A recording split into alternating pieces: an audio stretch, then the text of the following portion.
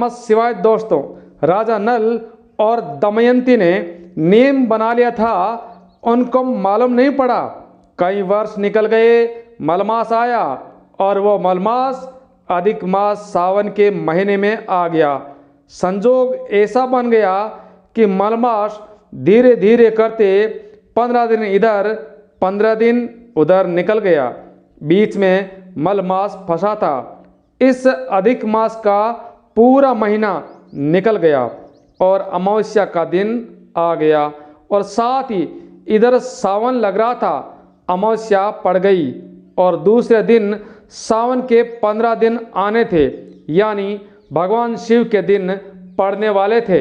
हमारे धार्मिक शास्त्रों के अनुसार अधिक मास का अंतिम दिन एवं सावन का महीना पुनः लग रहा हो तो उस दिन 33 कोटि देवी देवता भगवान शिव जी के मंदिर में खड़े होकर अपनी जिंदगी का सारा पुण्य लुटाना शुरू कर देते हैं। आपने देखा होगा, आप जब भी कोई धार्मिक स्थान पर जाते हैं तो वहाँ पर लोग पूर्णिमा अमावस्या को भंडारा चलाते हैं। क्या आप जानते हैं कि अमावस्या पूर्णिमा को ही भंडारा क्यों चलाते हैं? इसका क्या कारण है?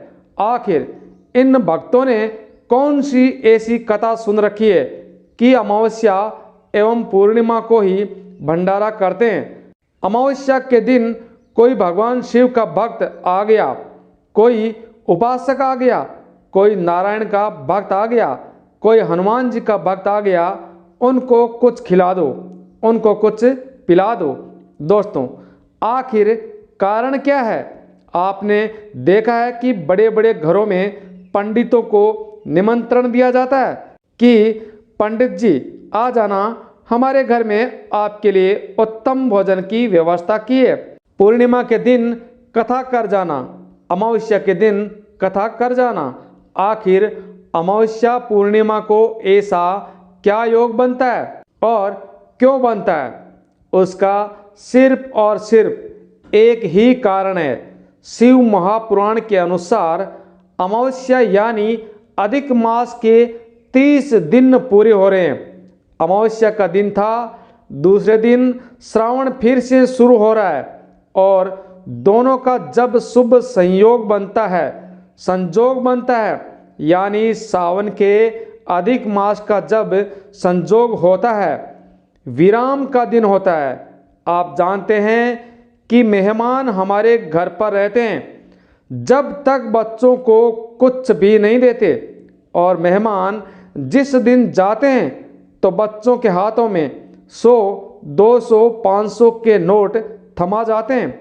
अधिक मास का विराम का दिन और सावन का वापस प्रारंभ का दिन शुरू हो जाता है। जब अधिक मास विराम होगा, सावन फिर से चालू होगा। उस दिन 33 कोटि देवी देवता, यक्ष, गंधर्व ये सब भक्तों को सब कुछ लुटाते हैं।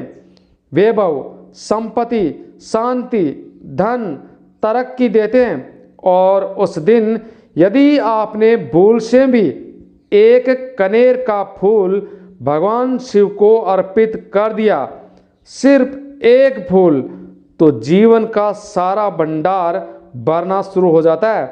सिर्फ एक फूल। आपने देखा होगा, इस प्रकार का पौधा होता है, कहीं भी किसी भी स्थान पर लगा देते हैं।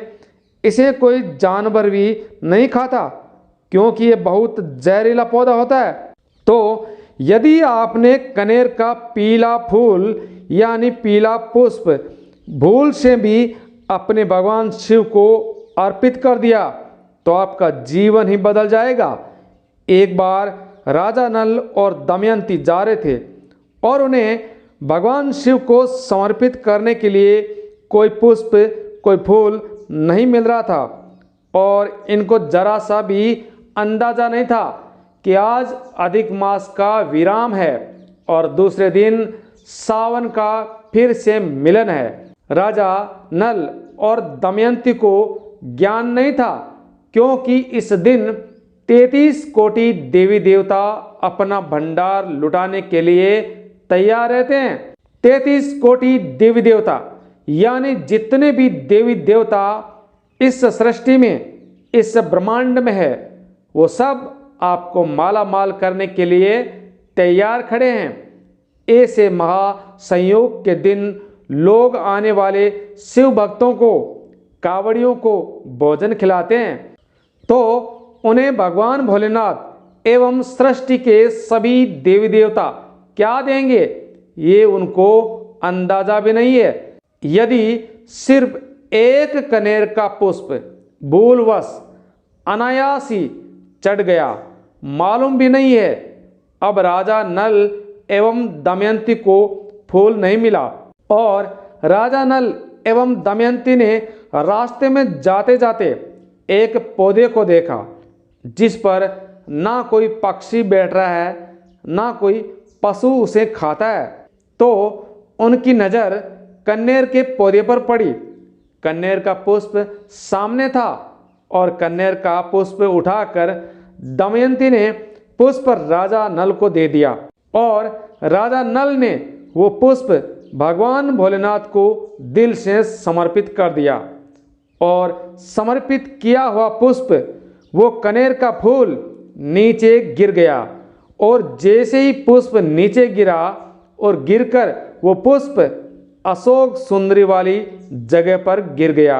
अब अशोक सुंदरी ने देवों के देव महादेव यानी भगवान शिव महादेव से कहा, हे पिताजी, इन्होंने ये पुष्प मुझे दिया है।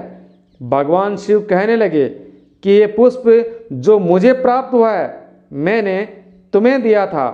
ये स्थान देवी का हस्तकमल है और इस दिन 33 कोटि देवी देवता अपना भंडार लौटाते हैं, अपना सब कुछ मनुष्यों को दे देते हैं।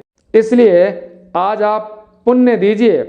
सब देवी देवताओं ने मिलकर जब पुण्य दिया, नल का सड़ा हुआ, नल का गला हुआ शरीर, रोग से ग्रसित शरीर, भयानक कुष्ठ रोग जो नल को था वो ठीक हो गया और जो पुष्कर ने धन लिया था वो फिर से राजा नल को प्राप्त हो गया। दोस्तों, इसलिए आज के दिन जब भी आपको समय मिले तो कहीं से भी, चाहे कहीं से भी ढूंढ कर या फिर खरीद कर लाना पड़े, बस एक कनेर का पुष्प भगवान शिव को शिवलिंग पर अवश्य समर्पित करें। आपका जीवन धन्य हो जाएगा। आपका रुका कारोबार फिर से चलने लगेगा। रुका हुआ धन वापस लौटा जाएगा। आप कर्ज से चाहे कितने भी परेशान हो, धीरे धीरे सब उतरने लगेगा। आप और आपके परिवार में किसी को भी कोई घातक बीमारी है वो ठीक हो जाएगी। बस सच्चे दिल से सिर्फ एक कनेर का पुष्प भगवान देवों के देव महादेव को समर्पित करें। आपका जीवन इस तरह से बदल जाएगा।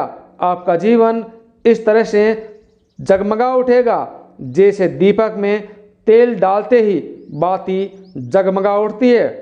दोस्तों, भगवान शिव को अधिक प्रसन्न करने के लिए, मनचाहा आशीर्वाद पाने के लिए इस वीडियो को सबके साथ शेयर अवश्य करें। जय भोलेनाथ। अपना ख्याल रखना। धन्यवाद।